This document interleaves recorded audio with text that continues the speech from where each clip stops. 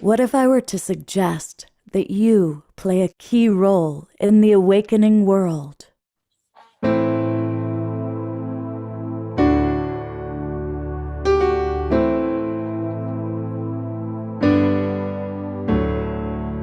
And that you are watching this because you have heard the call.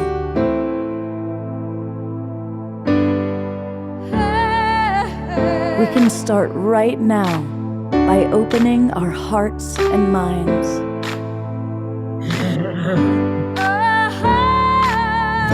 Welcome to the awakening world.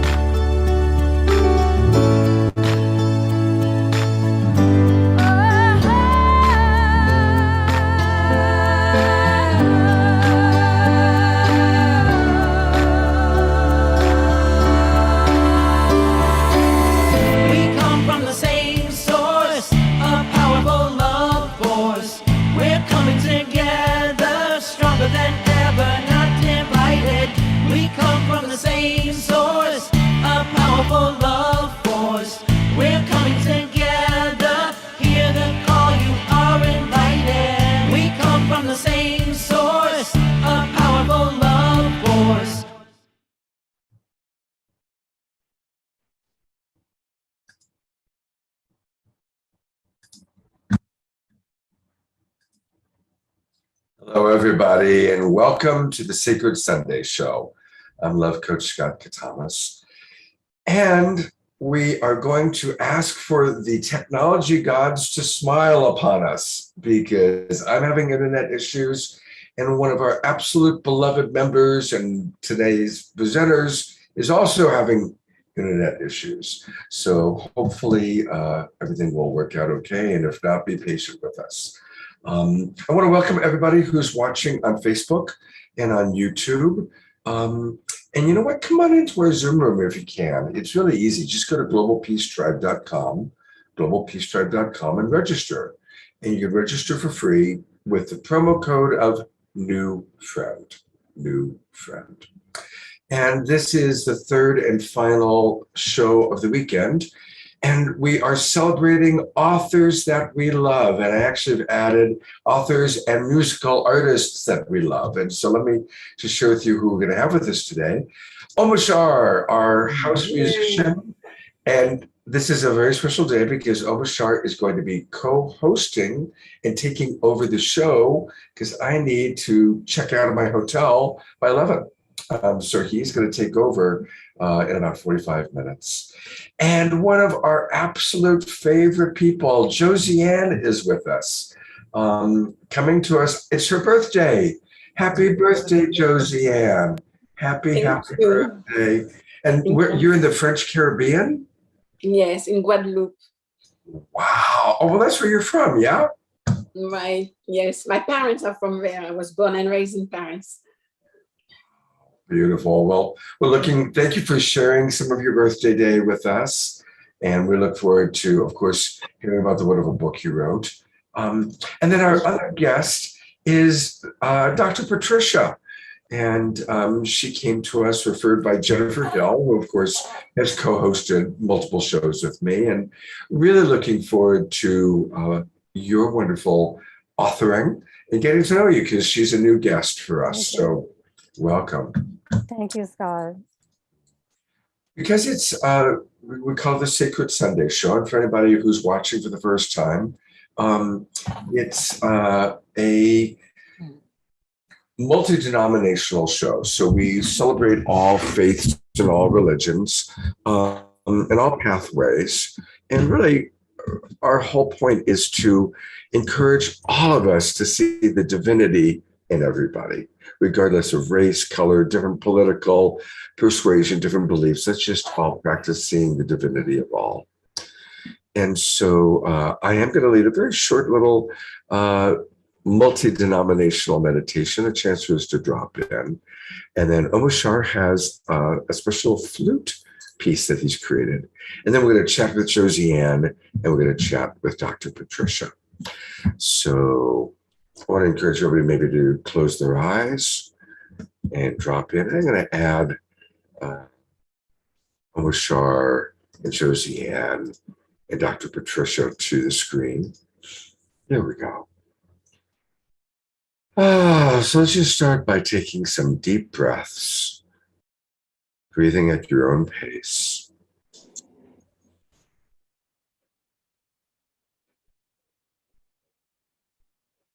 Just let the sound of my voice gently guide you.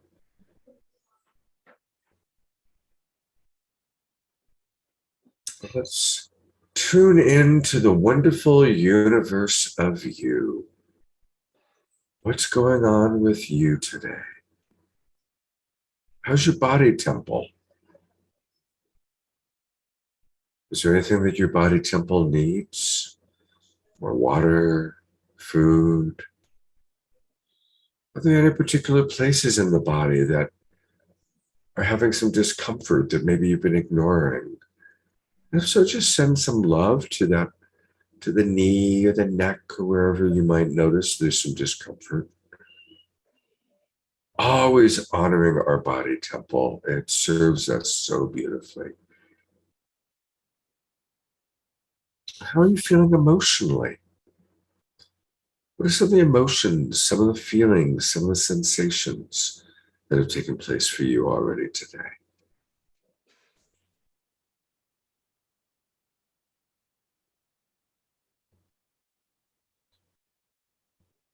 And what makes your day or your life sacred? What's something that you do or something that you experience that brings a greater awareness of divinity, a greater awareness of that which has many names: God, higher self, source, life? Just tuning into that for a moment.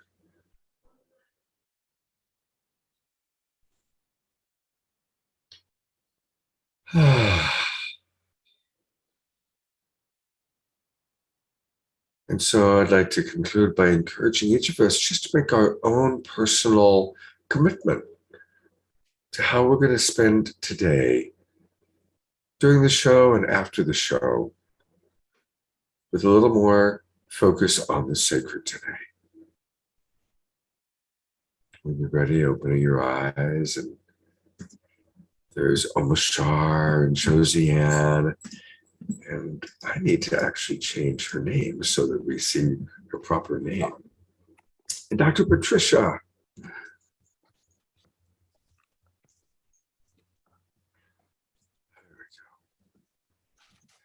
going to turn it over to our wonderful co-host and house musician, Omashar, for a little music.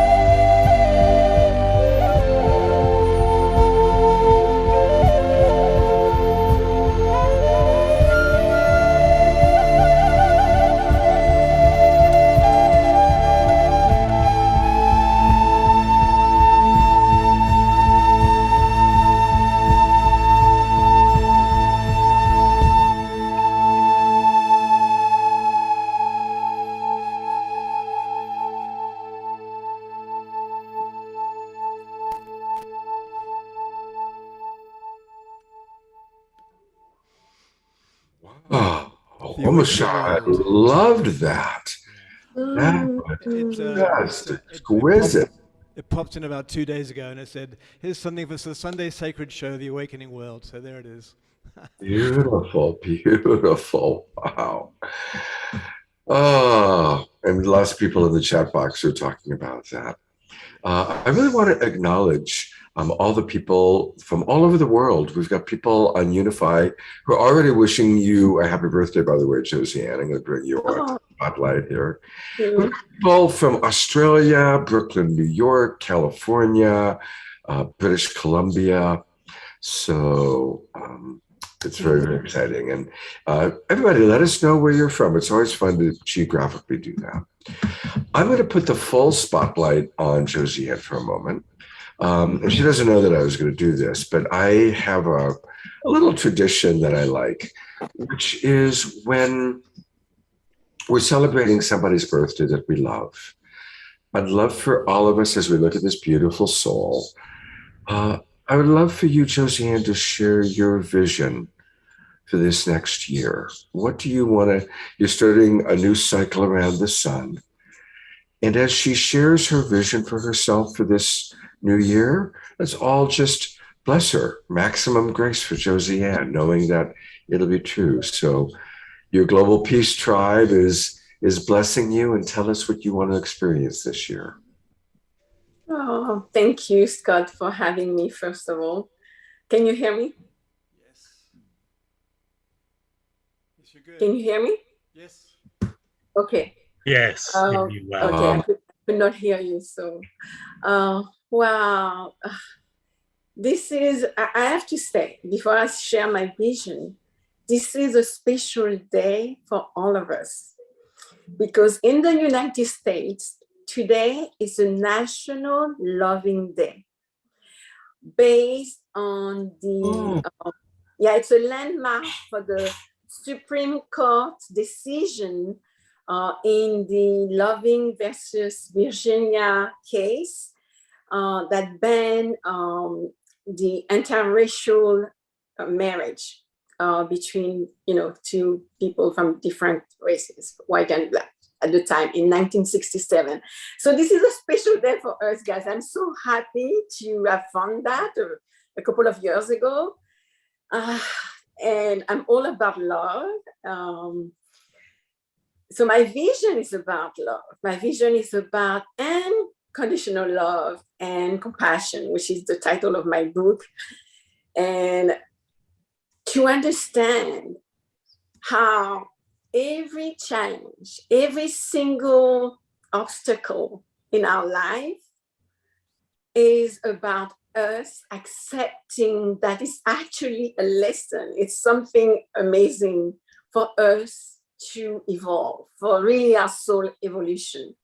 And I'm pledging myself to accept that and to know that the universe has my back every time in order to really enjoy every single moment. Beautiful. Now, that was all about the big world. What about Josie Ann? Tell us more about what you want to experience in this next year. And thank you for alerting us to what a special day it is for the world, but it's also a special day for you and those of us that love you. Right. So what's your vision for yourself for this next year?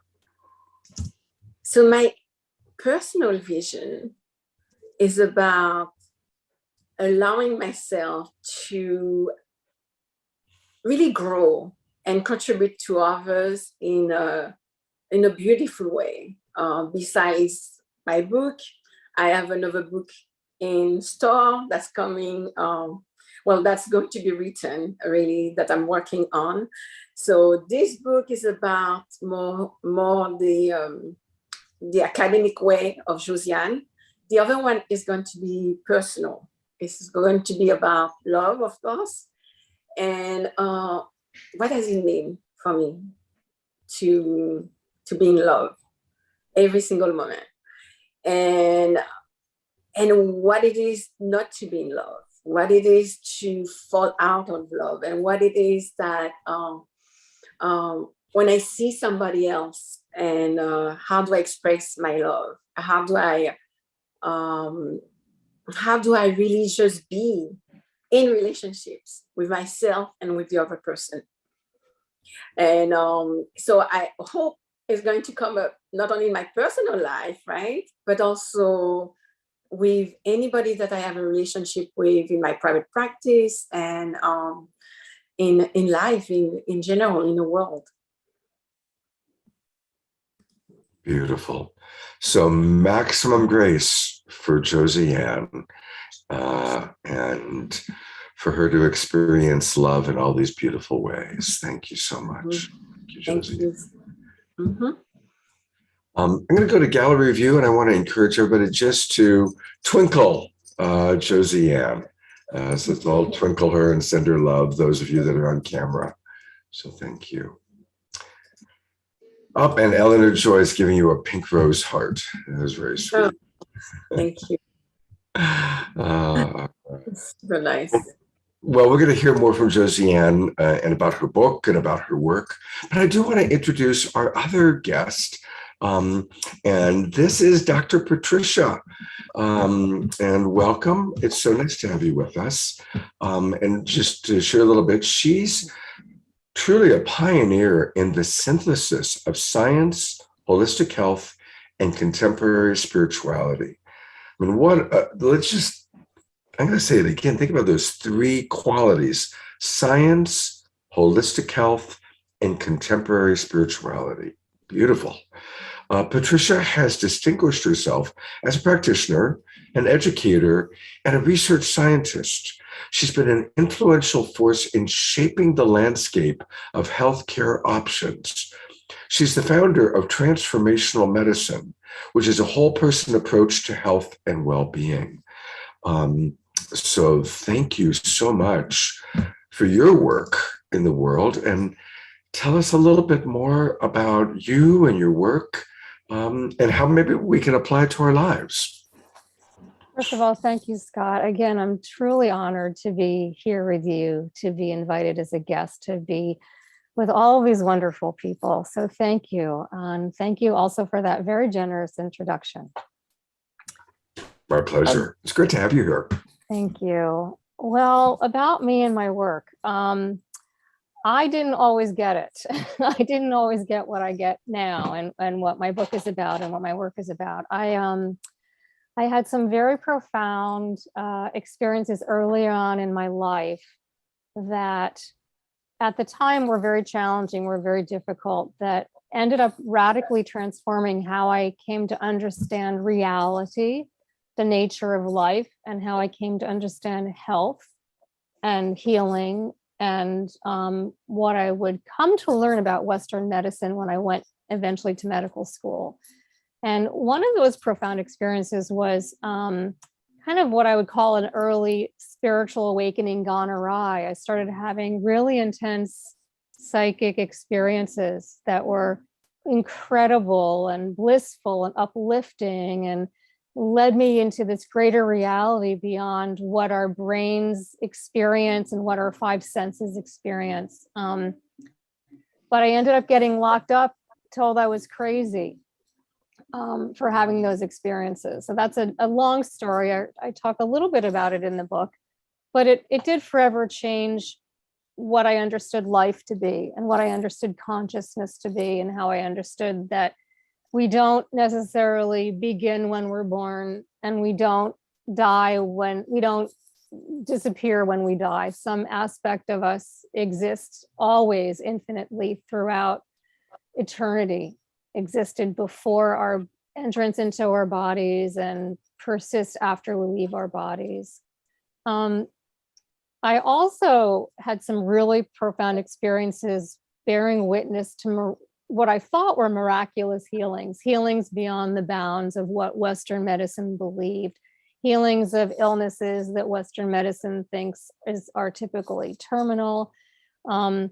And I traveled and journeyed over the years, learning about healing, about mysticism, about shamanism, about yogic siddhis. And I also, over the years, was faced with my own experiences. I struggled living in a body. I struggled navigating the field of emotions. I had, quote, illnesses and kind of psychic diseases. And through it all, I came to learn that healing and navigating life was really very simple. It was really very, very simple. And it really simply boils down to what many of the ancient wisdom traditions teach us and what contemporary spirituality teaches us, that it's about really being present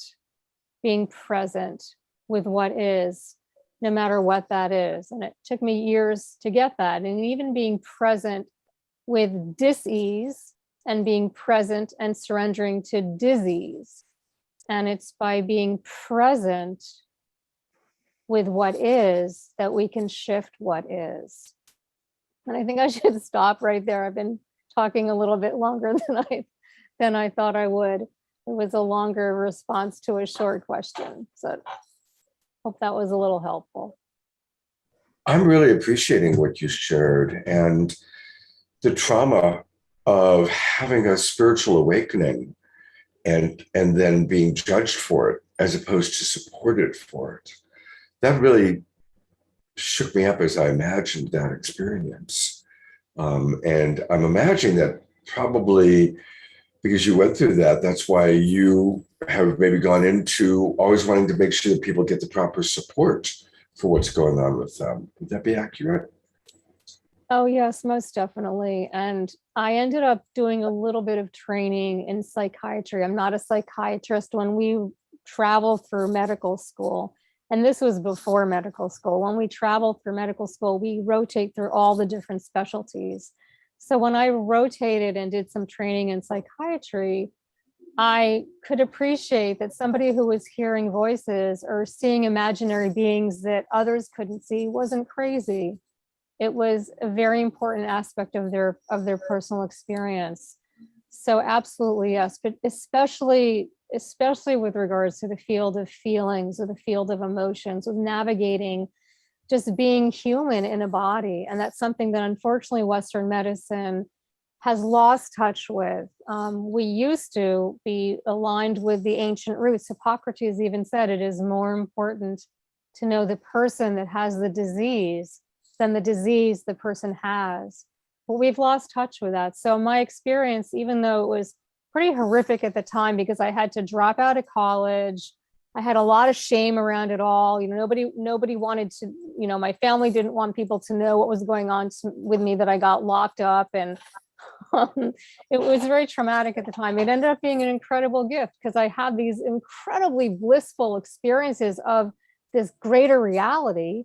And then my literal incarceration, my imprisonment, literally I was taken to the ER against my will. An injection was shoved in my butt. I was driven up to the whatever floor, I don't remember which floor it was, to the psych ward, and you know, numbed, put on 4 different medications that effectively numbed me. They really anesthetized my mind and numbed my body. And that in itself was another really powerful experience because I know what it's like to be on those meds. I know what it's like to be kind of a prisoner of psychopharmacology. And yes, another long answer to a short question. It deeply affected how I've come to be with people and come to be honored to bear witness to their journeys and to be present without any sort of judgment. And Western medicine, unfortunately, as I said, has lost touch with those roots because of the fantastic advancements in technology, industrialization. We've made tremendous strides in what we can do in terms of improving and prolonging life, but we've really lost touch with the nature of human beings and the nature of being human, shall we say. So.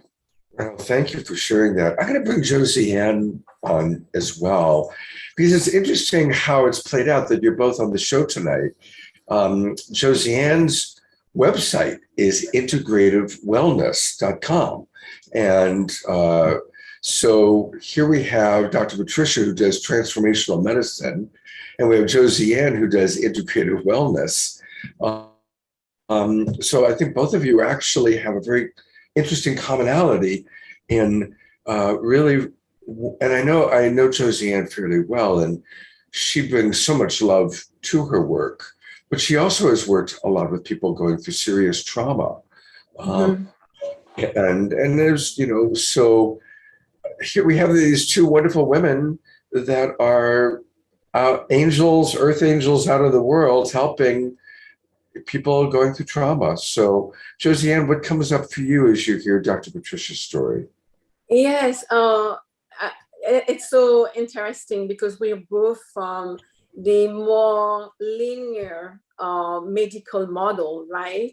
Coming from med school, and I was a mental health counselor, and knowing how we have to depart from this model that's quite patriarchal and very limited and not opening to other healing modalities, right?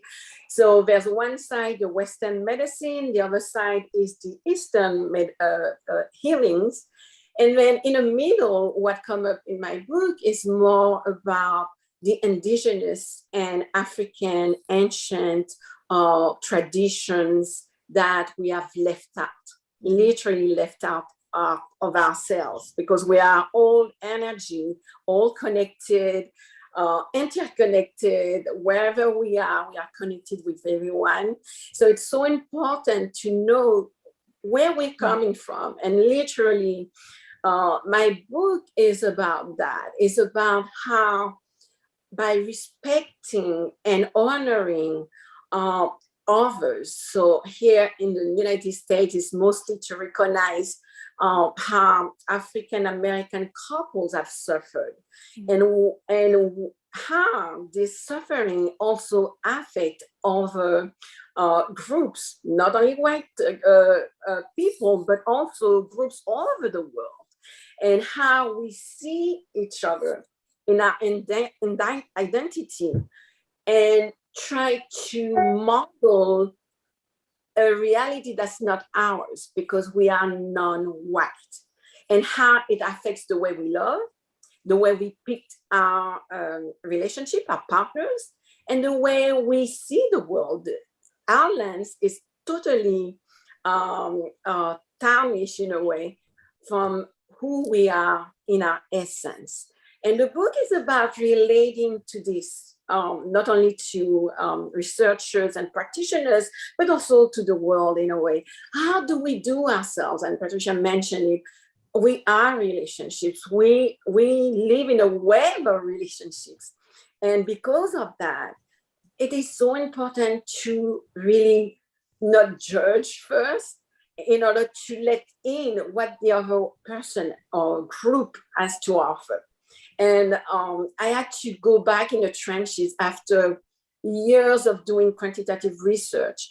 And through my fellowship with the SAMHSA, the Substance Abuse Mental Health Association, and the American Family for Marriage and Family Therapy, I went, and I really wanted, because I was so entrenched into this medical model, show the quantitative aspect of relationships. And so I was looking for my variables, and I said, wait, something is missing in Earth. What is this missing that we don't get along? And what I found out was, okay, we're all talking about spirit, mind, and body as dimensions of human systems.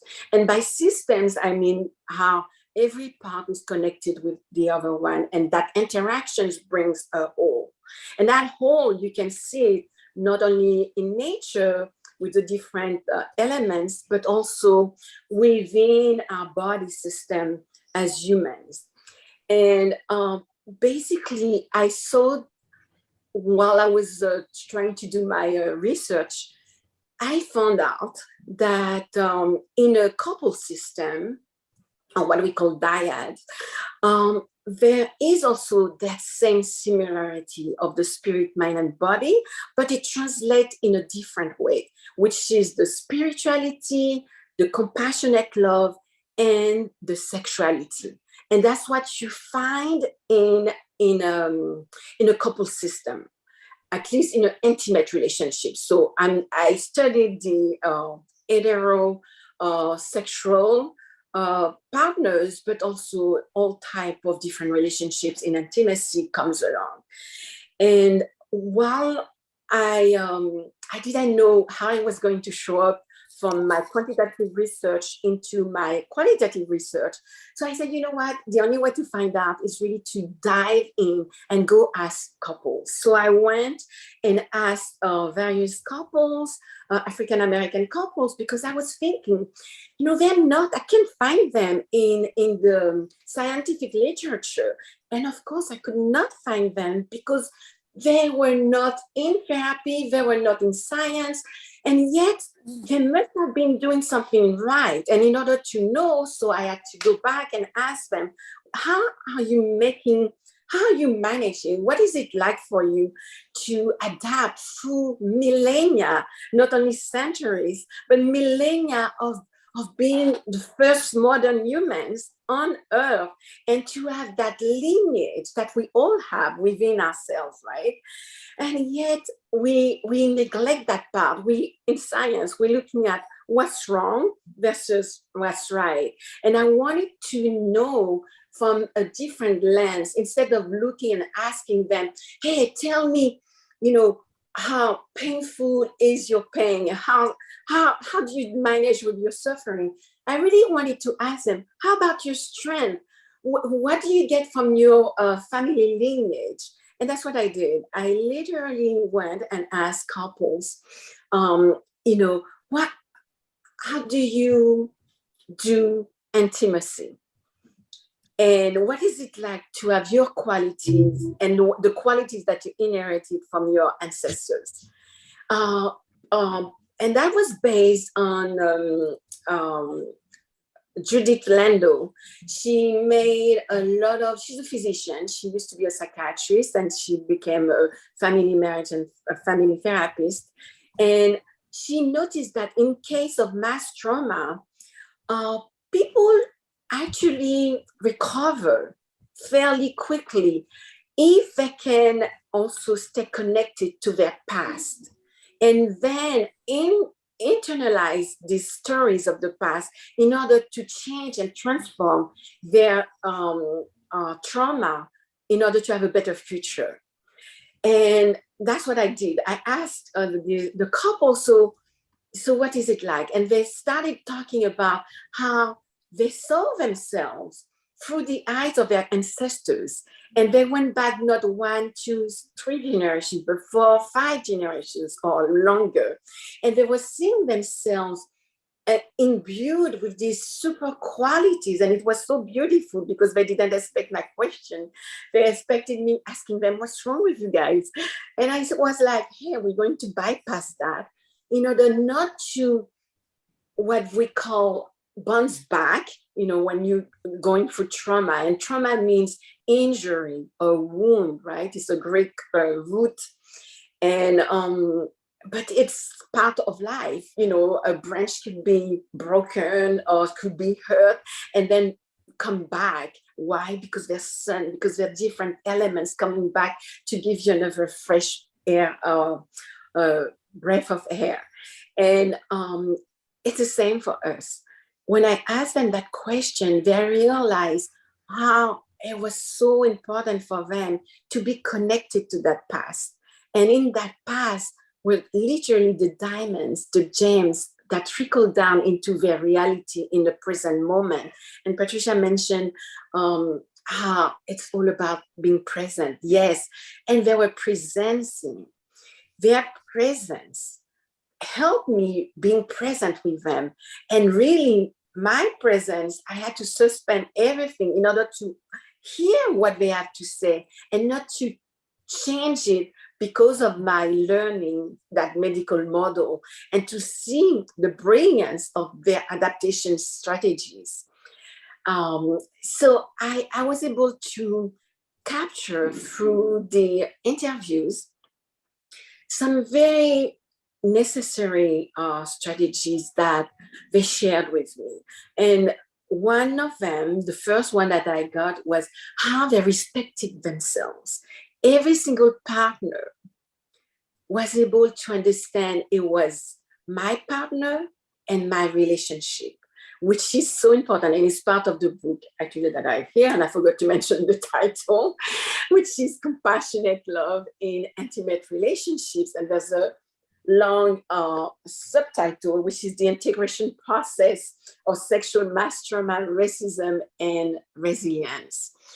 And they literally understood that this triad, let's say, is actually the strongest element in nature, the strongest form, the triangle.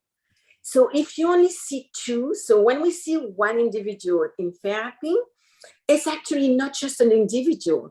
The individual in the typical traditional model is, a medical model is one person, right? You're seeing one person. But in system thinking, we're seeing one individual with the whole family lineage. And these couples were seeing themselves as one partner, the other partner, their relationship, and all their ancestors that were with them because of the qualities that they saw themselves. So it was I don't know if I should go on and go on with the strategies, but it was amazing in listening to the way they share how their qualities could not have been, how can I say, they each saw some type of strength that was still present because of the struggles that their ancestors went through.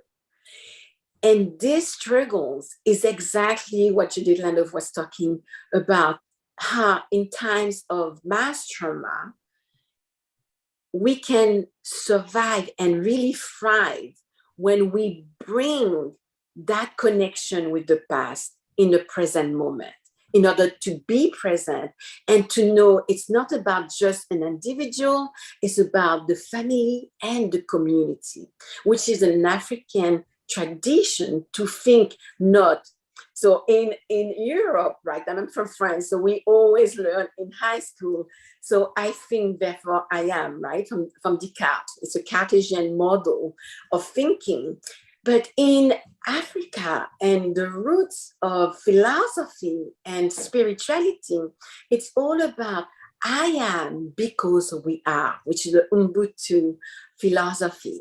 And that is quite alien to the Western world, not to the collective nations, but to the individualistic nations. And the book is about integration. How to integrate not only spirituality with sexuality in our world right now, because this link is missing, and I call it in the book sacred link. It's a sacred link that's helping us to elevate to higher dimensions when we are in unity within our sexual dimension with our partners. And it brings so much that it is first of all, it is the strongest force in the universe, right? That sexual energy that allows us to be one and it's about conception. It's about how we become one. And it's not about just sexuality. It's about our spirit that comes in, and through the African model, it's Ka, it's that breath.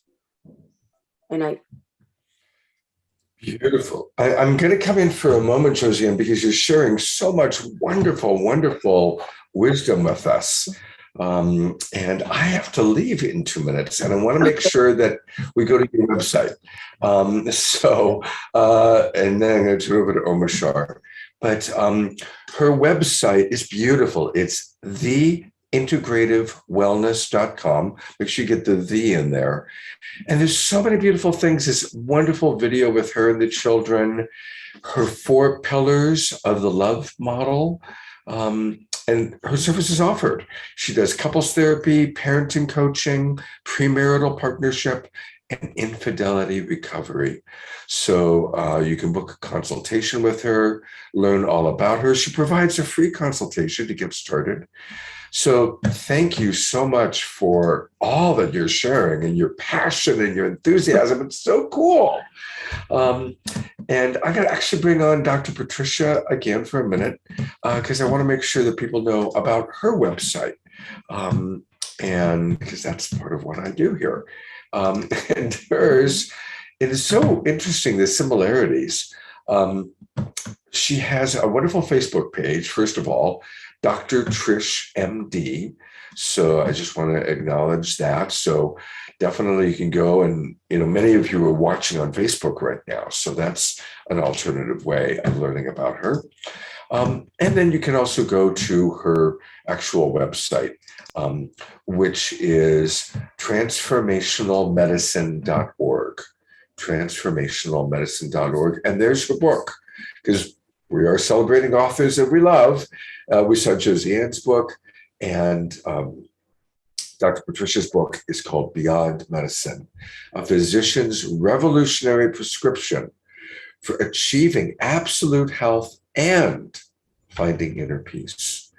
And I'm just so grateful to both of you for the wonderful work that you do in the world. And I apologize for having to, this is the very first time in 2.5 years of doing this show that I've got to leave early. So what we'll do is I'll play a song when you leave, and then I'll bring Patricia and Josie back up perhaps for some final words. And then we have your interview with Andrew Harvey to play, which is really cool. And then a beautiful film called Kabir. It's about half an hour. For anybody who would like to stay after that, we'll play it at the end of the show.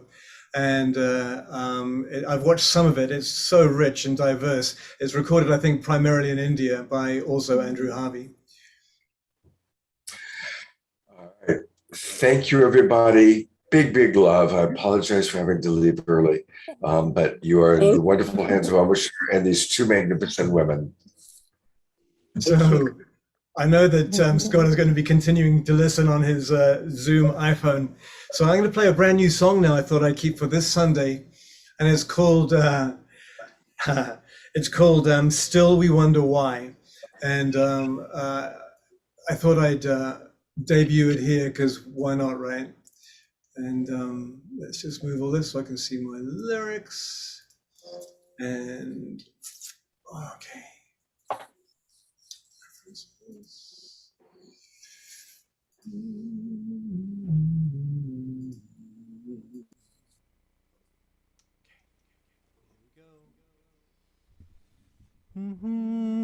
So deep breath. Sacred Sunday. Scott is off to a Soul Play Festival plus a grief and counseling session before. So still we wonder why. Beautiful.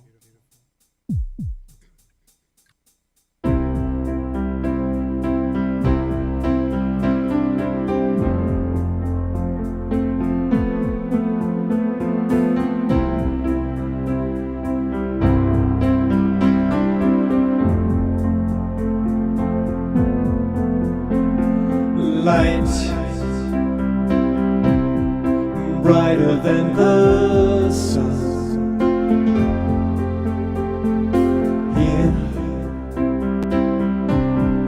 Here where life is one. All the past falls like rain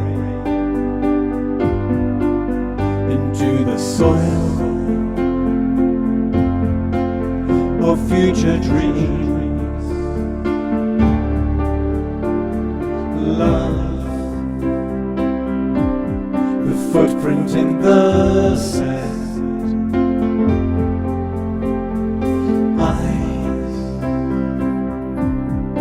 shining like the stars, and the way is suddenly so clear, and we know what has to be done. And still we wonder why flowers keep on blooming. The stardust in our eyes lifts us all to a higher plane, a deeper truth, our rightful place now. Still we wonder why.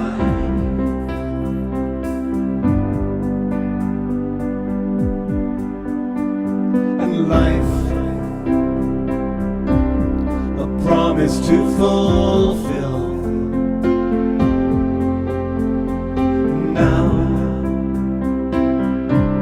a vision is revealed, and the blessing of who we really are can be felt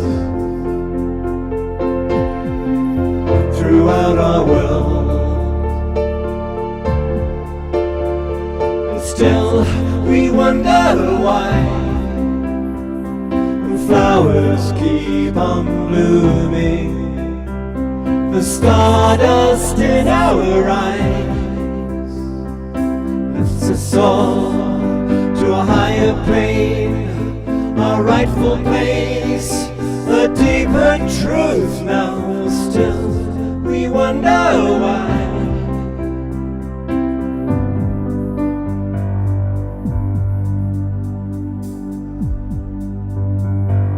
Life, a promise to fulfill. Now a vision is revealed, and still we wonder why.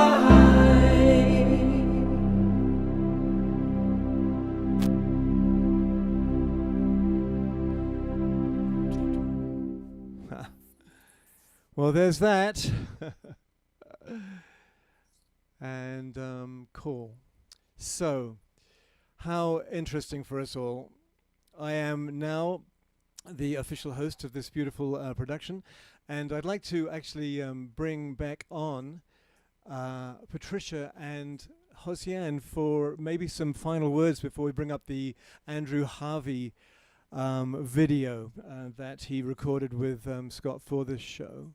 So, Patricia, what have you got to say to our beautiful beings today on this Sacred Sunday? Oh, first, Omashar, I want to say thank you for that just beyond words beautiful music.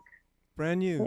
It was really transcendent for me. Thank you. You're welcome. Yeah, I'm wondering, could we, is there a way we could get the lyrics? I'd love to be able to read the lyrics again. You can. It'll be recorded soon.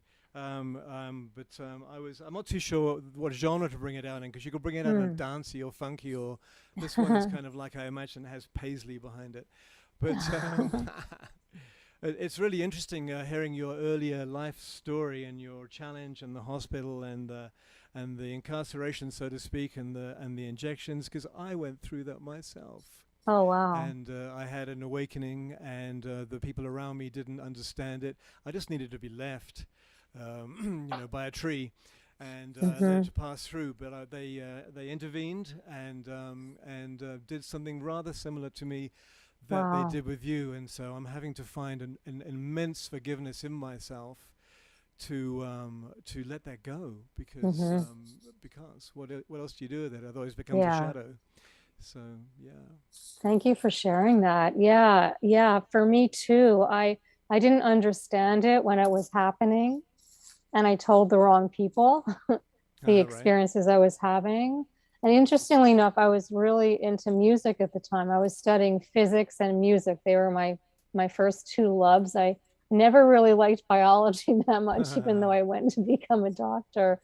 But I had a music teacher, I was studying East Indian music, and he and his wife just wanted to take me to the shore to ground my energy. But I didn't get it. So, you know, I believe everything happens for a reason. And that was my destiny, if you will, to have that experience, because it was such an incredible teacher.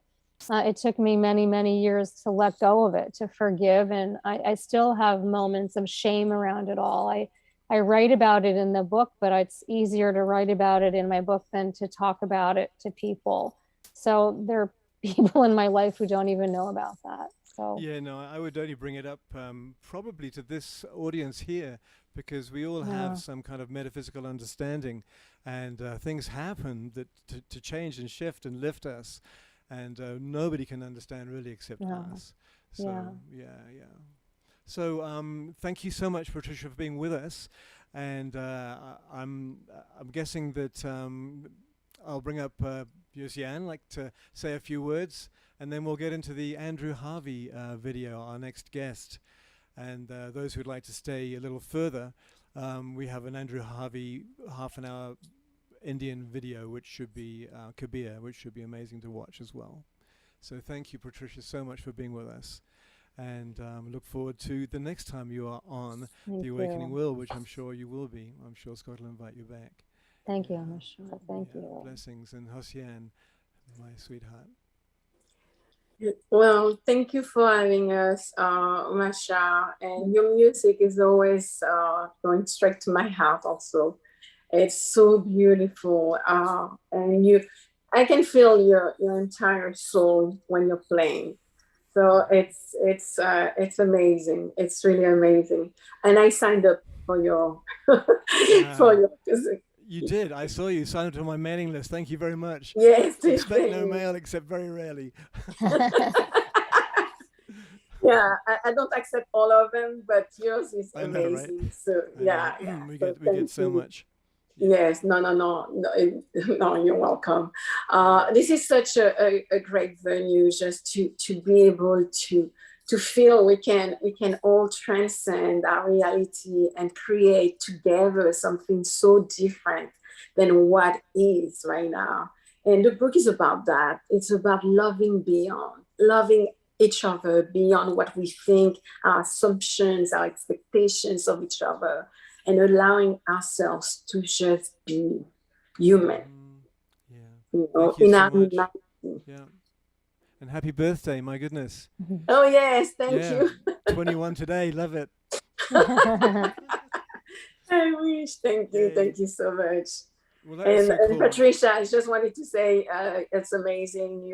I've been looking through your website also, and I really I will reach out to you. Josiane, I would love to. I loved everything that you shared earlier. It was so rich, and I have so many resonant thoughts about what you shared about healing and about the experiences of trauma and how community and connection and love can heal us. Yes. And I see life is really about a journey of healing, of opening to healing. We all basically come in wounded, or we become wounded, and then we get sick with disease or disease. So I loved, you said so much. I wanted to take notes. I didn't take notes, but I would love to connect with you after this. So definitely let's do that.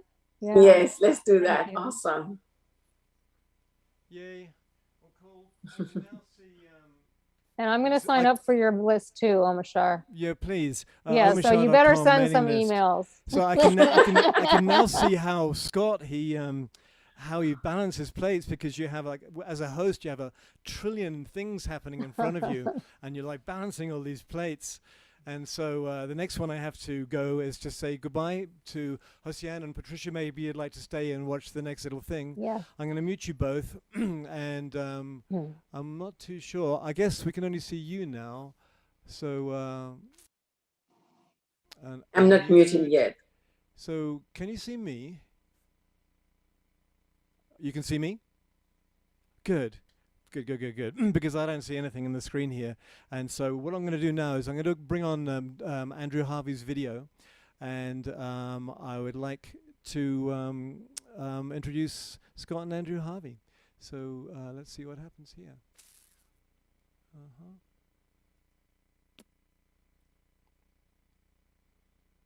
There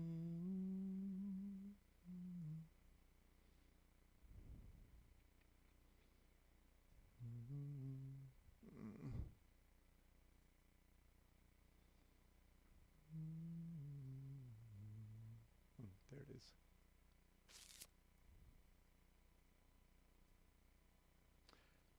Excuse me. Here we go.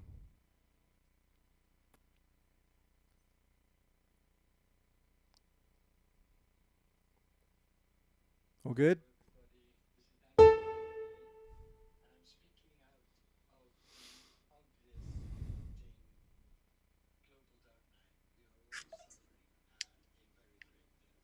We can hear it. You cannot hear? There's no audio.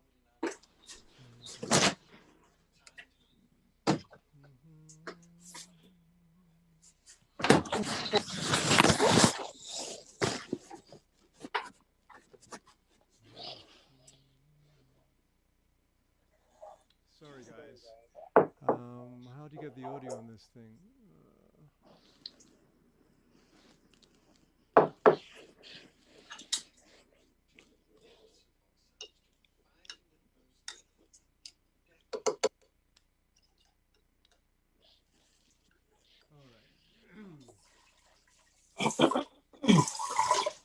Sorry, guys. How do you get the audio on this thing?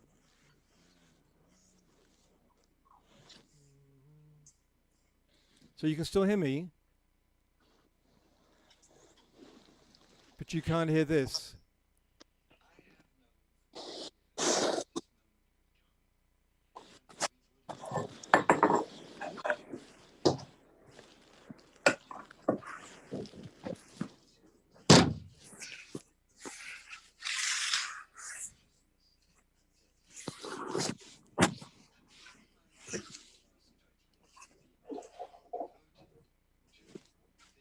Just reading what Chrysalis wrote in the chat. She wrote, thank you, Chrysalis. When you first share the screen, you have to go to advanced settings and click share audio. Right. I don't know if that's helpful, possibly. Well, I got on share screen.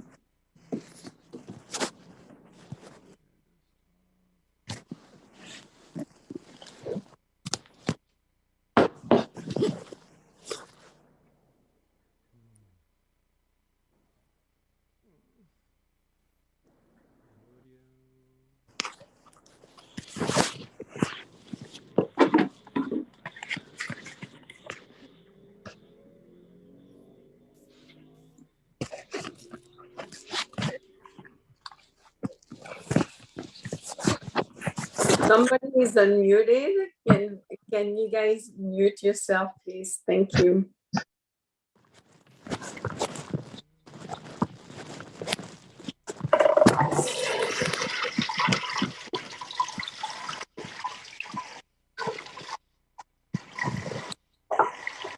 Masha, can you mute the person? I can, but everything has disappeared off my screen. Okay.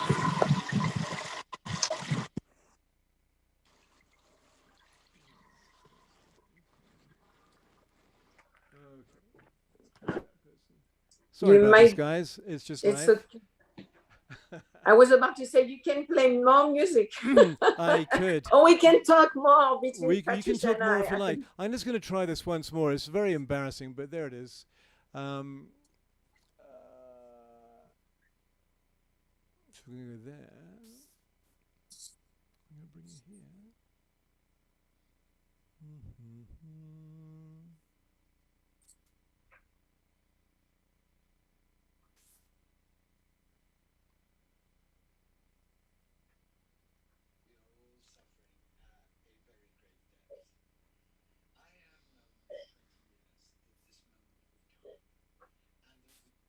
Well, there it is. I don't see that this is going to work.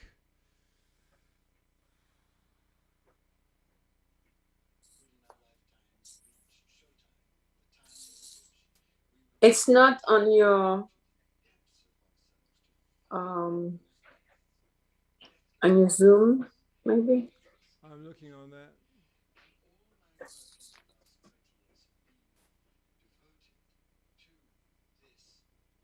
Well, okay.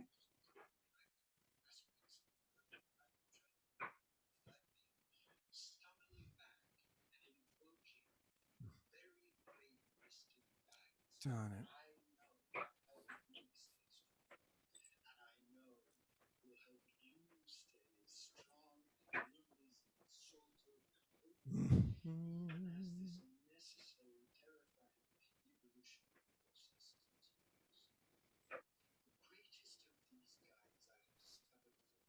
I hear it very, very faintly.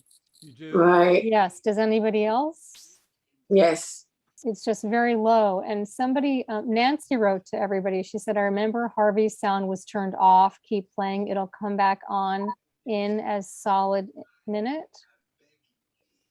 So I do hear him now, but it's so low. It's hard for me to make out what he's saying. You know what? It might be this.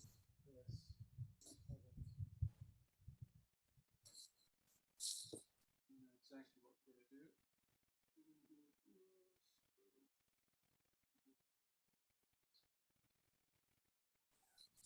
We're just going to try something.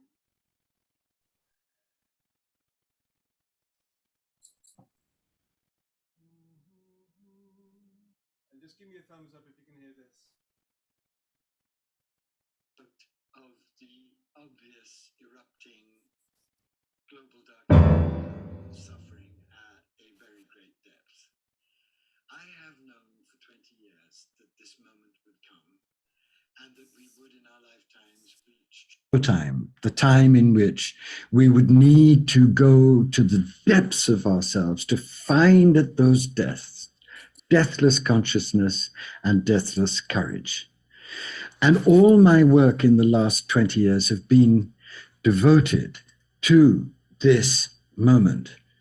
And one of the most important, I believe, aspects of the work that I've been trying to do is that I've been summoning back and invoking the very great mystic guides that I know have helped me stay strong, and I know will help you stay strong and luminous and exalted and hopeful, even as this necessary, terrifying evolutionary process continues. The greatest of these guides I have discovered for myself is India's greatest mystical poet, Kabir.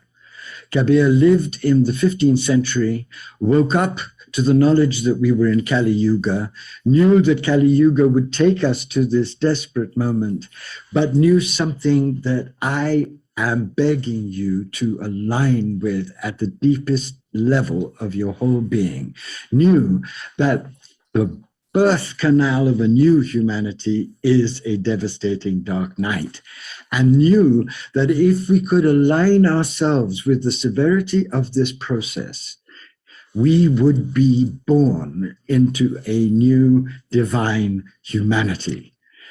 For me, this is the key to everything. This is the key to the work I do. This is the key to the true meaning of sacred activism. And this is the key to getting through this horrific time with calm, with faith, with focus, with passion, with compassion, knowing that we are in the throes of a process we cannot control, but knowing that the destined, ordained goal of this process is not the annihilation of the human race, but the birth of a new human race, what I call an engoldened human race, a transfigured human race, a divine human race. There is no greater guide to this tremendous ordeal and birth process than Kabir, who lived it in his own life as a pioneer of this new divine humanity. And I have just produced a book for all of you for this moment called Engoldenment, with these three unbelievably happy Kabiris sitting on a stone steps in Benares. It's called Engoldenment, A Year with Kabir, and it is a Kabir poem for every day of the year, so that every single day you can get an injection of the wisdom that knows the truth about our time, our process. I cannot tell you how much Kabir has meant to me and continues to mean to me, and how overjoyed I am that I live to be able to give to all sincere seekers everywhere this greatest of all the prophet mystics, this greatest revolutionary of evolution, Kabir. So what I'm going to do is just read you 4 very inspiring, exalted poems about the new human, the new divine human, the engoldened divine human that we are in the middle of birthing in this agony. Please listen, and please keep this vibrant, rich, holy ideal alive in your heart mind, because you'll find that if you do, with Kabir's help, you'll be able to go through the inevitable pain, the inevitable suffering that in any birthing process always involves. Don't be frightened of the suffering. It's not the suffering of the end, it's the suffering of the birth. And as any mother knows, and I've spoken to so many mothers about the birthing process, it can be absolutely nightmarish. But when you know that it's because you're birthing something amazing and new and unprecedented, then with spiritual practice, you'll find the guts, the calm, the faith, the trust, to go through whatever you have to go through, so that the divine plan to birth you into engoldenment, the engoldenment of the mind, the engoldenment of the heart, and the engoldenment of the body can be fulfilled. But don't believe me, I might be on track. Believe the greatest poet the world has seen with Rumi. The greatest. This is awesome. Thank you so much, Andrew. This is really, really. Can I read these 2 great poems of engoldenment? Absolutely. Can't wait. This is essential for us now. Kabir is the oxygen of our survival with grace through the dark night. And if you want, and I beg you to want it, not because I want to buy property in Malibu, I'm perfectly happy with my tiny condo, but because I want you to have the help that he's given me. And I know that what in my life has happened is that Rumi came first to prepare me, to soften me up, to receive Kabir. And that's what's been happening in the global stage. We've had this wonderful Rumi Renaissance, which has opened so many people to the divine beloved. And now, at our moment of terrible danger, Kabir's voice is coming in to give us the skinny in the most fierce and glorious way. So for the price of a rather mediocre breakfast, if you order engoldenment from Amazon, you can have Kabir for life, for this period, for all that we're about to go through, and he will keep you steady and strong as he has kept me. And God knows it's been hard, but I've had him in me and around me, sustaining me.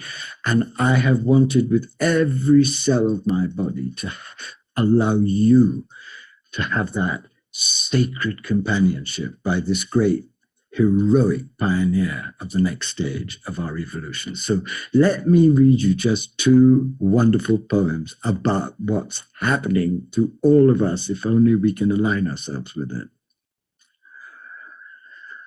This is December 8th and December 9th. When lies and deceit ran out of my body's house, I realized the Lord in all his splendor. Rain came down in torrents. After the wild storm, torrents of divine love drenched me, body and soul.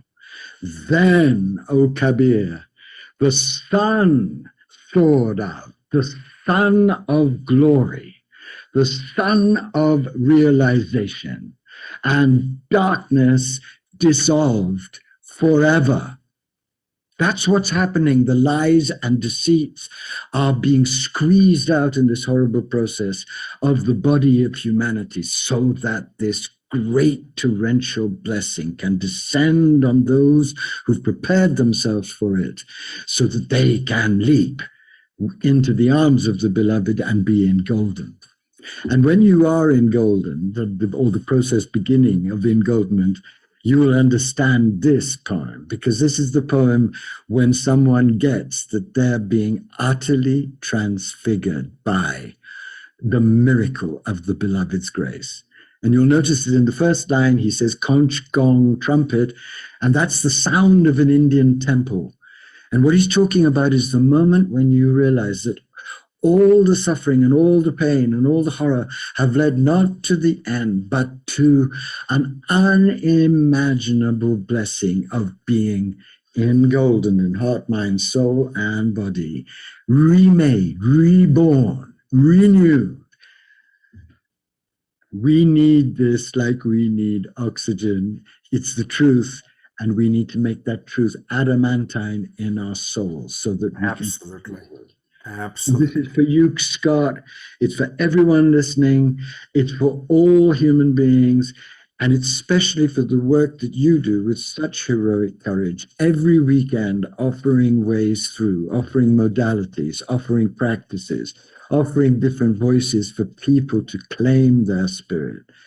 People like you are midwives in this great birth, and I bow to you for all that you give me in your love and loyalty, but all you give all beings. So I'm dedicating this in the name of Kabir to you. Thank you so much. Conch, gong, trumpet, hear them thrilling through the divine palace of your body, as at last, at long last, you merge with your eternal husband. Let love's mad joy surge through your whole being in wave after wave. This is what you were born for, and this is what you died to live. This is what we are now dying, to be able to be empty enough, humbled enough, reverent enough, loving enough, hungry and needful enough to be able to receive the torrential golden grace that is pouring down upon us to transfigure us. This is not something I believe. This is something I know. This is something I know of this process through the grace of Kabir. And I know that if you can truly align yourself with this in whatever way is most natural to you, on whatever path you are on, with the help of Kabir as a massive infusion of grace and energy, nothing will be impossible for us, even in these seemingly impossible times. It always gets the very darkest and most grueling before the impossible possible dawn. So never, ever, ever lose hope. This is the time to give our whole being to the mystery of the birth of a new humanity. Andrew, as always, thank you so much. And I, of course, want to take people to Amazon. You can see where I bought it myself on December 9th, just before the last time I spoke with you. It is a beautiful book. Many of our people who bought it when we shared have talked about how amazing it is. But for people who missed it after you've just heard Andrew's beautiful, passionate plea for us to drop into this wisdom at a time that we need it. And Andrew, who's been if I was Jeff Bezos, which I'm not, unfortunately, I would just buy this book and give it to every single human being over the age of 18. Because the one thing that I know you know this about Scott, about Kabir, is that he's so simple. He honed it down. And he spoke in the street language of his time. He was a poor Muslim weaver. He was a blue-collar guy who happened to be divinely transfigured. And that's his genius. He speaks to everyone so nakedly, simply, fiercely, clearly, lovingly, that anyone can get it. So whatever path you are on, turn to this tremendous clarion trumpet voice of your own deepest possibility. Why waste the greatest guide we've ever had at the moment when we need that guidance like oxygen? Please, please don't miss Kabir. Andrew, thank you so much for your passion, your wisdom, and always directing our tribe, our great global peace tribe, towards the truth and the wisdom that we need. Thank you so much. Thank you, my darling. Thank you. It's my honor and joy, as you can imagine.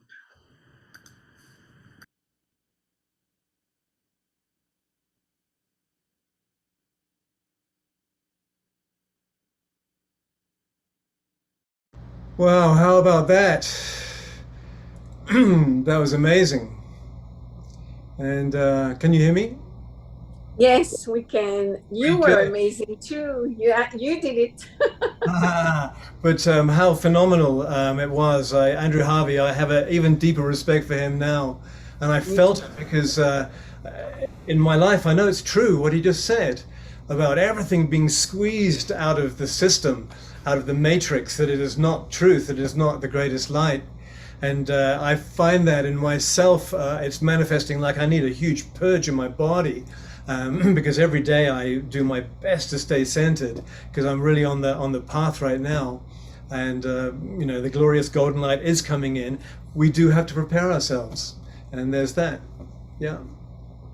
Yeah, and it brings the idea that I gathered from the couples, which is everything is conception. Everything is really, I will say, it's immaculate conception. And when we allow ourselves to die and to come back into a new birth, that's what comes up into our connectedness with each other.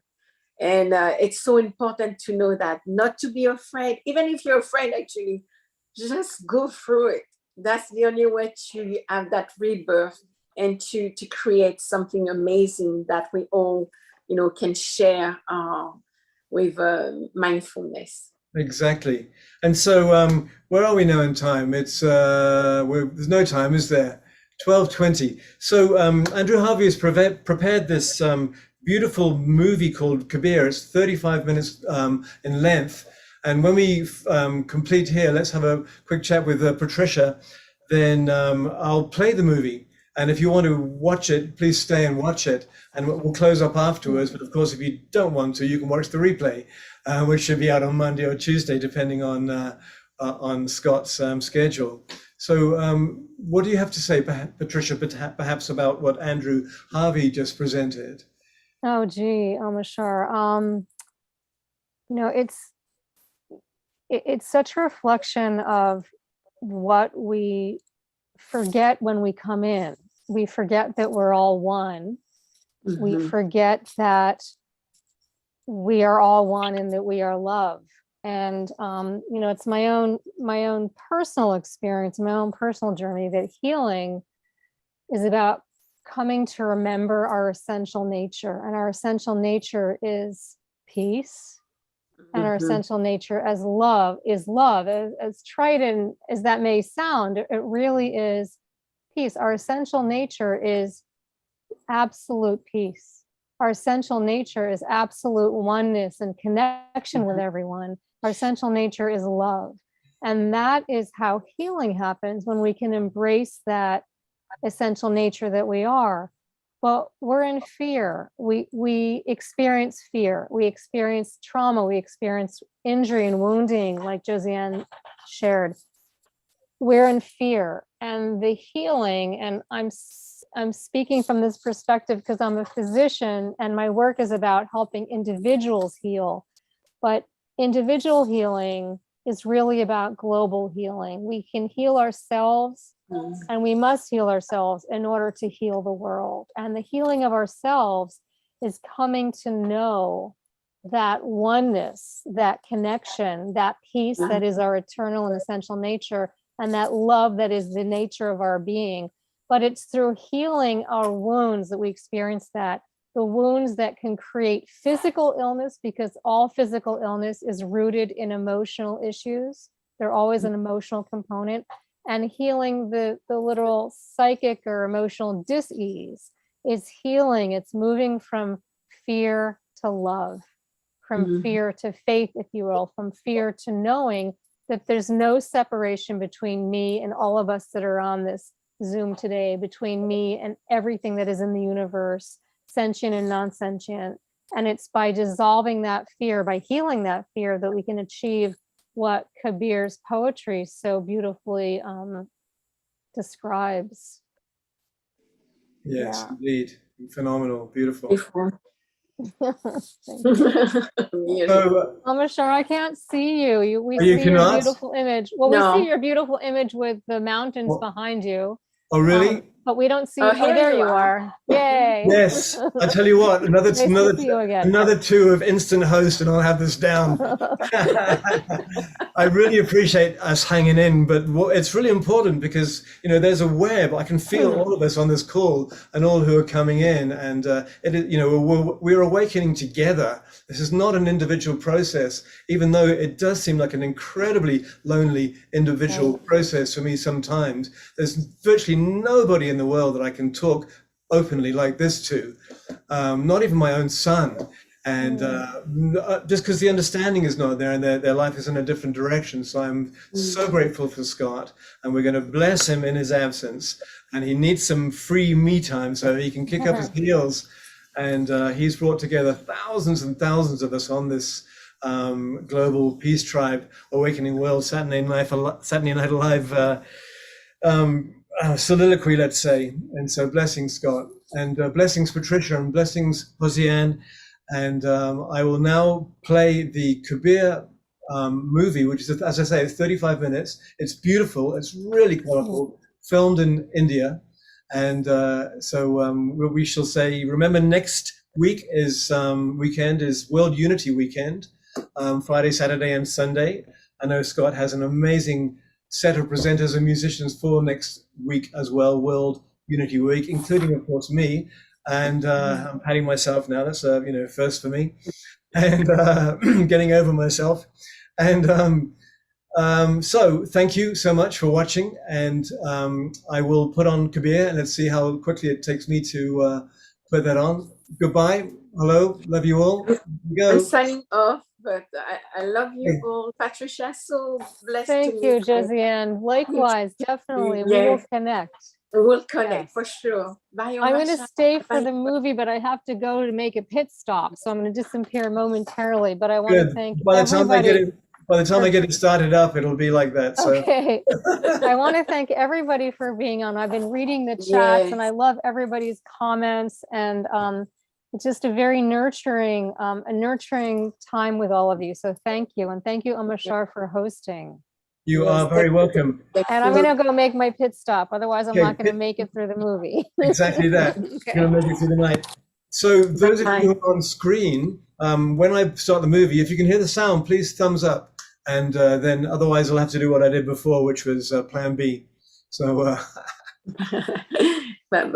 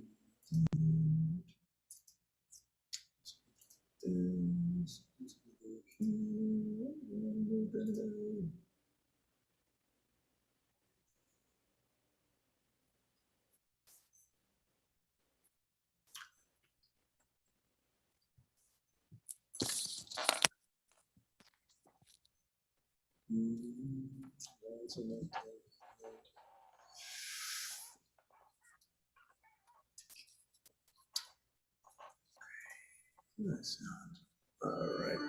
Oh.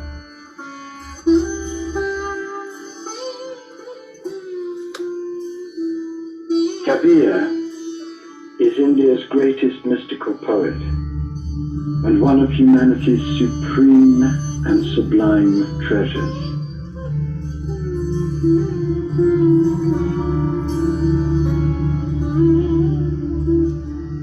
His teachings are for everyone. In one of his famous couplets he says, Kabir stands in the open marketplace and seeks the welfare of all human beings. He is neither friend nor enemy to anyone.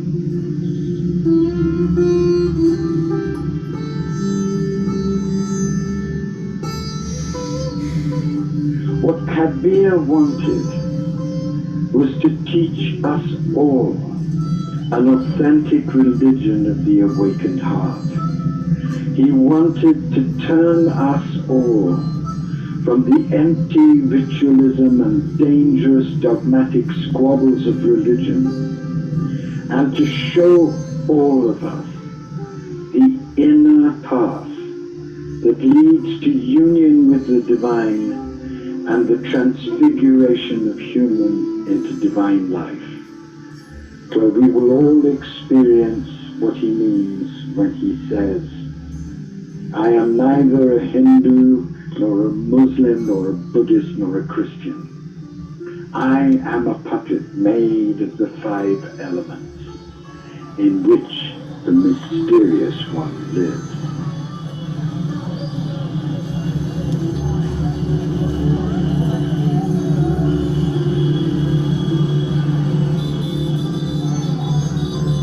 We made this film in Varanasi, the new name for Benares, while on our sacred earth journey to India.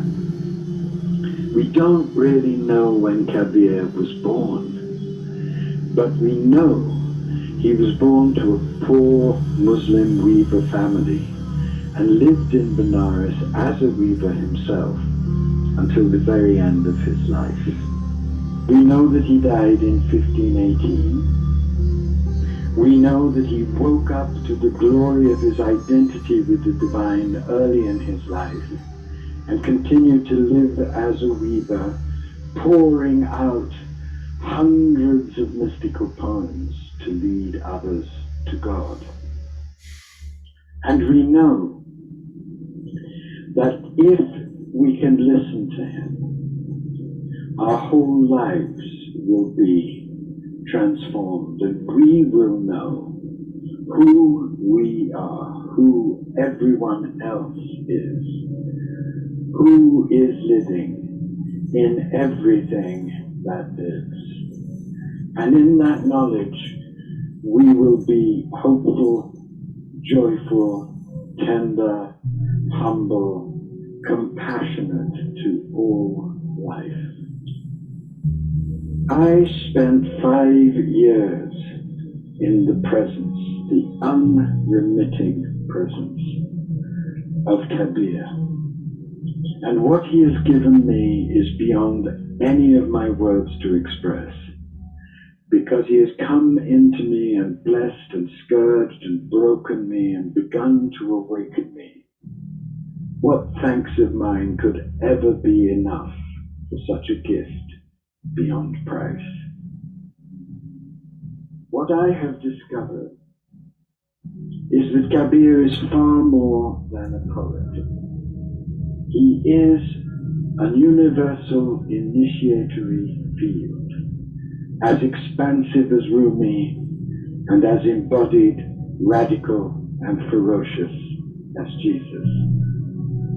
He is for me nothing less than the voice of the evolutionary truths of all of us, and its piercing love. And in our dangerous, tragic, amazing times, when we find everything that we love threatened, but an astounding new birth possible of an embodied divine humanity, we have never needed to hear him more, or been more ready to hear him.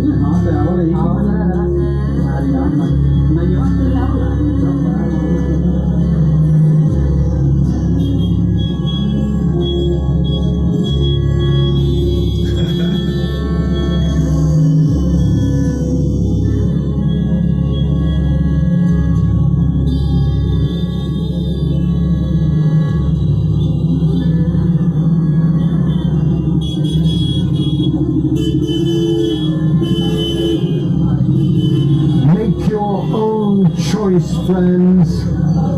See truth while you're still in a body. Find your own place. When you're dead, what house will you have? Oh, my friend, you just don't get your one true chance. Don't you see, in the end, no one belongs to you?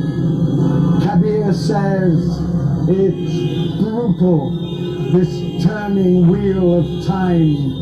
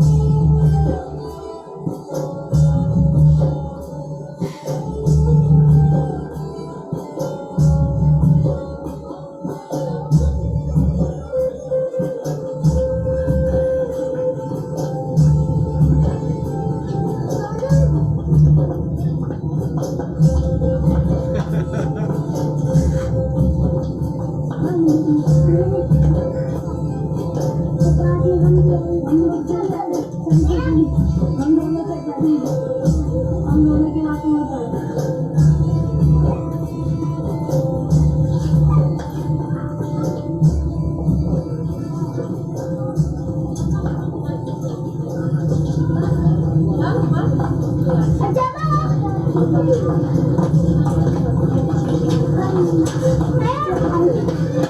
Father is the absolute Godhead, and my Mother is the embodied Godhead, and I am their divine child, dancing on their burning dance floor.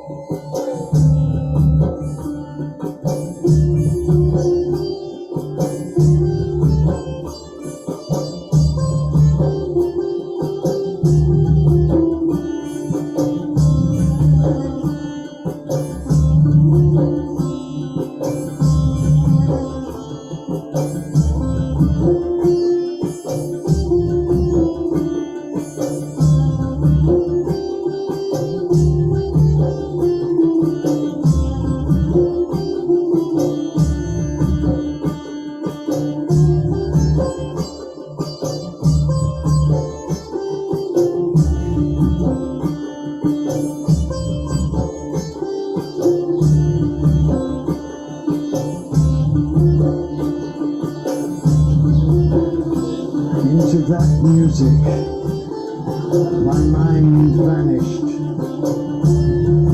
absorbed in his feet, all grief dissolved.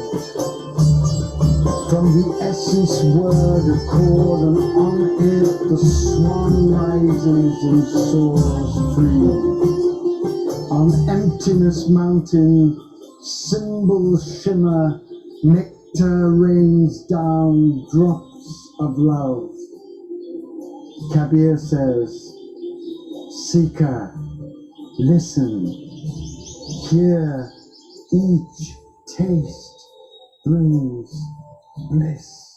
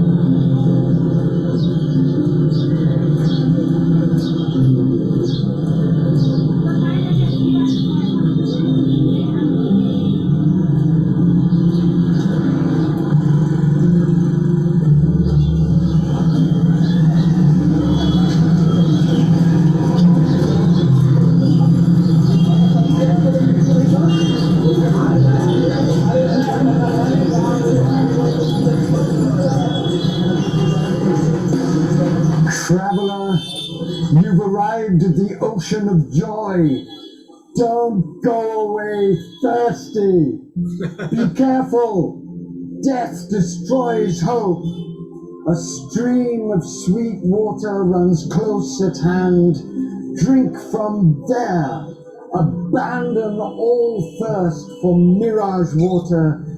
Drink and keep drinking from love's pure spring. Lovers of God, drink love's nectar, so love of God lives always in them. Kabir says, be one of those who drowns desire and fear in sober, steady bliss.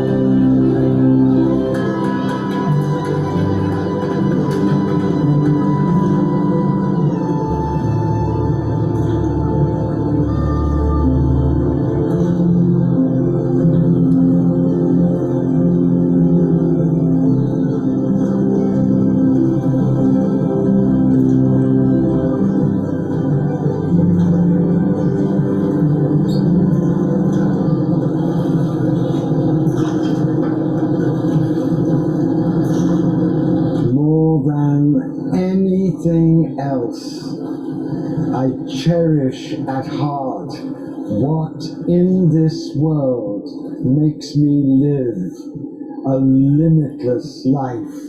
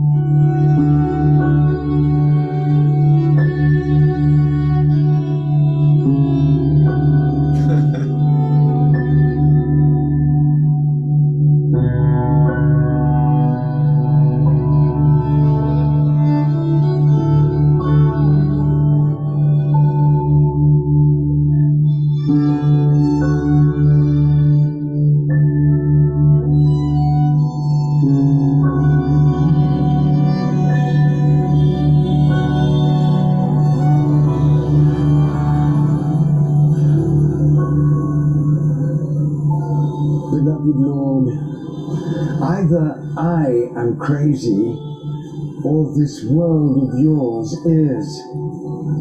The very worship you don't care about is the one everyone's trapped in.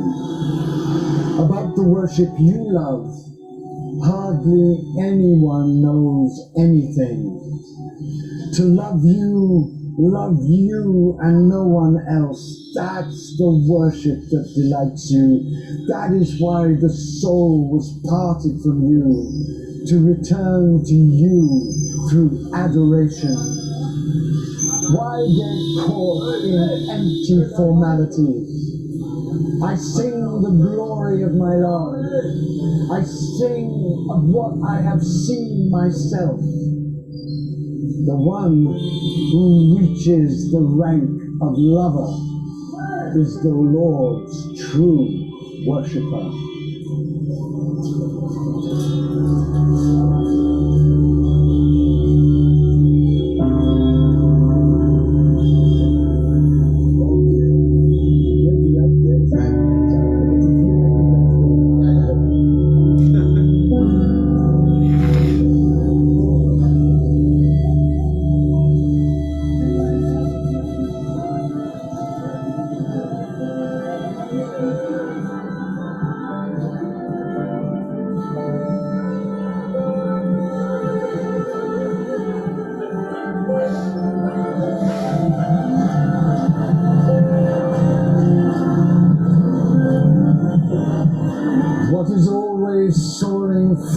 from any dogma, any concept cannot itself be realized by someone who isn't free. Hunger for the fruits of action, you end up the slave of bondage. The one who says God's name day and night, night and day, will come to know with God's knowledge, see with God's eyes, live in God's freedom.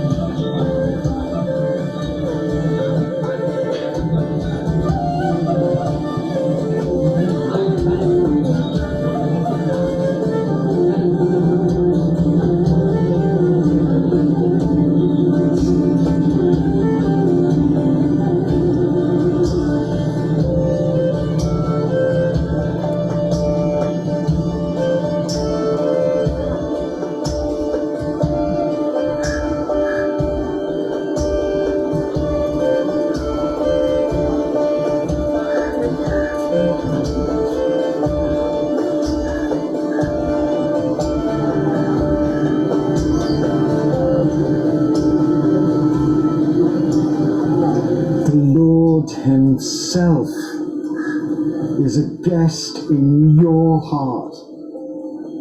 Why are you still so desperately seeking Him?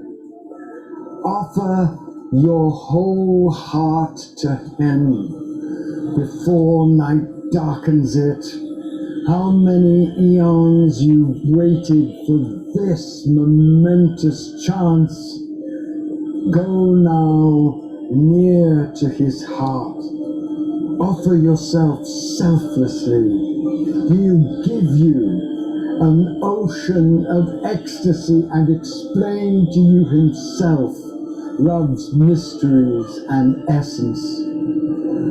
Kabir says, how could I ever express how blessed I am to have won His unshakable love.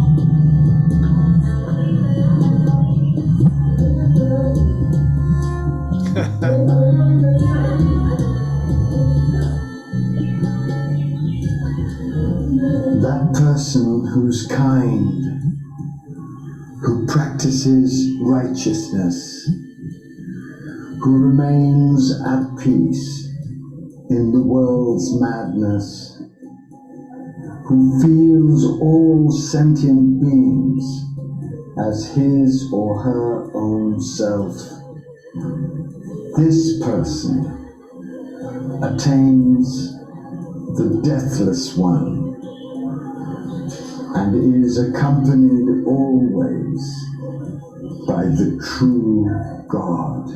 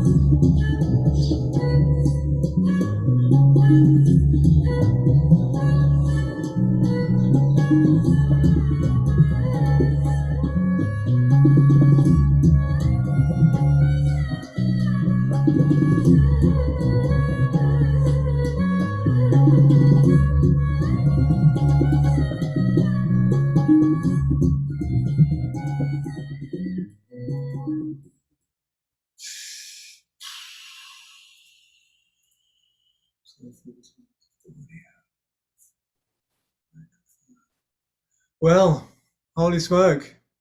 Wasn't that an amazing presentation? Can you hear me? Good. Anyone can talk if you want to unmute, that's all good. And I didn't want it to end. I was almost sad that it ended. What did you think, Patricia? Or feel, should I say? Oh, it was very rich for me, and many feelings, emotions, thoughts arose. I lived in India for a while, and I wrote this in the chat. I found it to be a land of many contradictions, of materialism and spirituality and poverty and deprivation and abundance, and many contradictions living side by side. But there's something that struck me that was so different from my experience in the West, and that in the West we identify so much with our personhood, being individuals. And in India, at least for me as a Westerner, as an out-of-towner, it felt so apparent that there was a communion of oneness of all these beings, in spite of what felt like really extreme contradictions of circumstance, of materialism, of spirituality. Like I said, walking hand in hand, there was this sense of community, nevertheless, of oneness, where the collective was what was important and meaningful, not the individual. And somehow that diluted what my personal experience was. And there was some sharing going back and forth in the chat about whether the film was happy or holy or depressing or whatever to view. But I found that those the sense of oneness, of of community kind of dissolved all of that. And at least my experience of India, as opposed to my experience of being a Westerner, where we're so focused on the individual person rather than the collective. Right. Yeah, it's travel which has blown all my stereotypes as well. I spent I've been to India 4 or maybe 5 times, but at least 4. First time I went there, I hated it. I thought, this is madness. I'm never coming back again.